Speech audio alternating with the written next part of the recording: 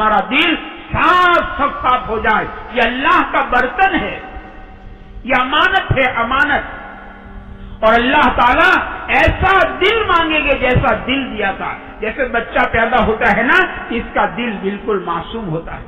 اس ہمارے حضرت فرماتے, آپ دیکھو بچہ کسی کا بھی ہو, اپنا ہو, غیر کا ہو, دشمن کا ہو, لیکن آدمی بچے سے پیار کرنا چاہتا ہے, بچے کو گود میں لینا چاہتا ہے. کوئی بھی بچہ ہو, اجنبی بچہ ہے, لیکن بچے سے ہر ایک پیار کرتا, بچے کو ہر ایک گود میں لینا چاہتا ہے. کیوں؟ کہ اس کے دل کا اثر ہے کہ اس بچے کا دل معصوم ہے, صاف. لیکن اللہ تعالیٰ ایسا دل مانگیں گے قیامت کے دن, ایسا دل لے کر آؤ. اور ہمارے حضرت فرمائے قیامت کے دن جب کہ آدمی کو کوئی چیز کام نہیں لگے گی, سگی ماں کام نہیں آئے گی, سگی ماں قسم کھا لے گی کہ میں تیری ماں نہیں ہوں, سگی ماں. اس دن آدمی کو اپنا دل کام آئے گا. دل اگر دل بنا کر گیا ہے تو دل کو اس نے سلیم بنایا. سلیم دل کے معنی شیخ الہند رحمۃ اللہ علیہ فرماتے ہیں کہ نیروگا دل. یہ دل تمام روگوں سے پاک, نیروگا دل. ورنہ میرے بھائیوں, جیسے آج کے دور میں جسمانی بیماریاں بڑھتی جا رہی, عجیب عجیب بیماریاں جس کا نام ہم نے نہیں سنا, ہمارے باپ دادوں نے نہیں سنا, ایسی بیماریاں بڑھتی جا رہی. کہتے ایسے اس ماحول میں دل کی بیماریاں بھی بڑھتی جا رہی. جیسے جسمانی بیماریاں بڑھتی جا رہی ہے, ایسے دل کی بیماریاں اس دور میں بہت تیزی سے بڑھتی جا رہی. اس کے علاج کی بہت ضرورت ہے. اس کے علاج, آدمی اس کا علاج کرے, اللہ سے مانگے, اپنے احوال کو اللہ کے سامنے کھولے کہ یا اللہ مجھے یہ بیماری لگ گئی, مجھے یہ بیماری, مجھے بدنظری کی بیماری لگ گئی ہے. تو میں جانتا, میرا اللہ جانتا, میرے بازو میں چلنے والا نہیں جانتا کہ میں نے بدنظری کر لی, میں نے کسی کو دیکھ لیا, میرے بازو میں چلنے والا نہیں جانتا, وہ تو مجھے بہت بڑا بزرگ سمجھتا ہے اور میں نے بدنظری کر لی, وہ تو میرا اللہ جانتا ہے. ہاں, یعلم خائنۃ الاعین وما تخفی الصدور. یہ دل اور آنکھوں کی خیانت کو خوب جانتا ہے.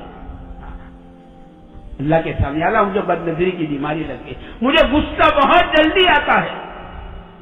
پہلے ہمارے بڑے بوڑھوں کو غصہ اتنا جلدی نہیں آتا تھا. یہ بیماری اس دور کی ہے کہ اللہ مجھے غصہ بہت جلدی آتا ہے, یا اللہ مجھے گناہوں سے محبت ہو گئی ہے. آدمی اپنے حالات کو اللہ کے سامنے, ہم اس کو گناہ نہیں سمجھتے, ہم تو چوری کرنے کو, شراب پینے کو, زنا کرنے کو گناہ سمجھتے ہیں. دل کے گناہ کو ہم نے گناہ نہیں سمجھا ہے. حالانکہ دل کا گناہ آدمی کو تباہی کے گھاٹ اتار دیتا. میرے دوستو, اگر توبہ کی توفیق نہیں ہوئی اور اس کی اصلاح کی توفیق نہیں ہوئی اور اس کے علاج کا میرے دوستو انتظام نہیں ہوا تو اس کو تباہی کے گھاٹ اتار دیتا ہے.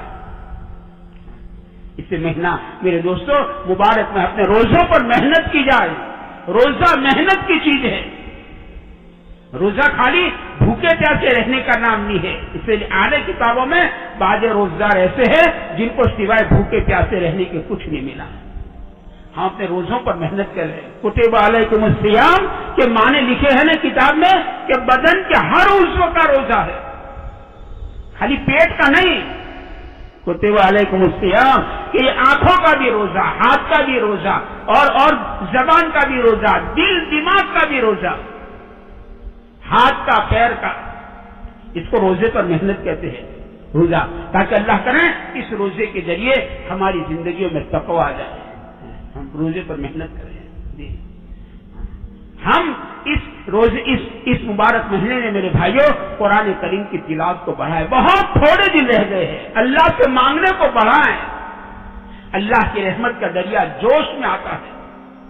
پوری رات آسمانوں میں اعلان ہوتا ہے کوئی مغفرت کا چاہنے والا ہے, کوئی توبہ کرنے والا ہے, کوئی سائل. ہم تو مائل ہے بکرم, کوئی سائل ہی نہیں. راہ دکھاوے کسے, رہ روا منزل ہی نہیں. اللہ دینے پر آئے ہیں. رمضان کی راتیں وہ راتیں یہ کہیں برباد نہ ہو جائے, یہ کہیں غفلت میں نہ گزر جائے, یہ ایران توران واہی تباہی کی مجلسوں میں برباد نہ ہو جائے, یہ کھیل کود میں نہ چلی جائے, یہ کیرم کیچڑی میں چلی گئی کا نام رمضان کی راتیں. یہ تو اللہ سے لو لگانے کی راتیں ہیں. رمضان کی راتوں بڑی مبارک راتیں ہیں. ہم آ جائیں اللہ کے دربار میں اور اللہ سے لو لگا لے، اللہ سے اپنا معاملہ صحیح کر لے کہ اللہ بھول ہو گئی، یا اللہ بھول ہو گئی، یا اللہ بھول ہو گئی۔ ہمارے حضرت فرماتے ہیں کہ جو بندہ اپنے آپ کو گنہگار سمجھتا ہے کہ میں بہت گنہگار ہوں، یہ آدم علیہ السلام کا راستہ ہے، اپنے آپ کو قصوروار سمجھنا، اپنے آپ کو بے قصور سمجھنا کہ میں تو بے قصور ہوں، اپنے کوئی کے برے میں نہیں، میں تو بے قصور ہوں، کیونکہ یہ شیطان کا راستہ ہے۔ اپنے آپ کو بے قصور سمجھنا، شیطان نے اپنے آپ کو بے قصور سمجھا تھا، حالانکہ بہت بڑا گناہ کیا تھا اس نے، لیکن اس نے گناہ نہیں سمجھا، بلکہ اچھا سمجھا کہ میں آگ سے بنا، یہ مٹی سے آگ اوپر مٹی نیچے، اور پھر یہ گناہ پر جمع رہا۔ دوسری غلطی شیطان کی یہ ہوئی کہ اپنے گناہ پر جمع رہا۔ آدمی کو خالی گناہ برباد نہیں کرتا، گناہ پر جم جانا، گناہ پر جم جانا یہ آدمی کو برباد کر دیتا ہے۔ شیطان گناہ پر جمع رہا، اور آدم علیہ السلام ربنا ظلمنا انفسنا وان لم تغفر لنا وترحمنا لنكونن من الخاسرین۔ تو ہمارے حضرت فرماتے ہیں جو بندہ اپنے آپ کو گنہگار سمجھتا ہے، قصوروار سمجھتا ہے، اور اللہ کو بڑا معاف کرنے والا سمجھتا ہے، اللہ پاک کو اس بندے پر بہت پیار آ جاتا ہے، اللہ کو بہت پیار آ جاتا ہے۔ ہم میرے دوستو اللہ کی بارگاہ میں اپنے آپ کو قصوروار ثابت کریں کہ اللہ میں قصوروار ہوں، میں سزاوار ہوں، میں خطا کار ہوں، اپنے گناہوں کا اعتراف کریں، اعتراف جنوب، اپنے گناہوں کا اعتراف کرے تو بڑے کریم آقا ہے، سینکڑوں ماؤں سے زیادہ مہربان ہے۔ چاہے کیسا بھی گنہگار اللہ کے سامنے آ کر یوں کہہ دے کہ اللہ بھول ہو گئی، یا اللہ بھول ہو گئی، آتا ہے نا مسلمان رات کو بستر پر سوتے سوتے یوں کہے یا اللہ معاف کر دے، یا اللہ معاف کر دے، یا اللہ معاف کر دے، اللہ معاف کر دے۔ کہ مسلمان آسمان کو دیکھ کر یوں کہے یا اللہ معاف کر دے، یا اللہ معاف کر دے، یا اللہ معاف کر دے، اللہ معاف کر دے۔ عجیب بات اللہ والوں نے کہی، کسی مسلمان کا جنازہ جاتا ہو اور 3 آدمی یوں کہے یہ آدمی بہت اچھا تھا، یہ آدمی بہت بھلا تھا، یہ آدمی بہت نیک تھا، کہتے اللہ پاک وہ جنازے والی کی مغفرت کر دیتے ہیں۔ اللہ کی ذات ایسی کریم ذات ہے، ہم تو مائل ہے بکرم کوئی سائل ہی نہیں۔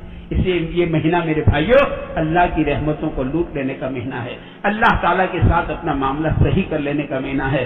اللہ کرے رمضان کے بعد بھی ہماری زندگی رمضان جیسی گزرے۔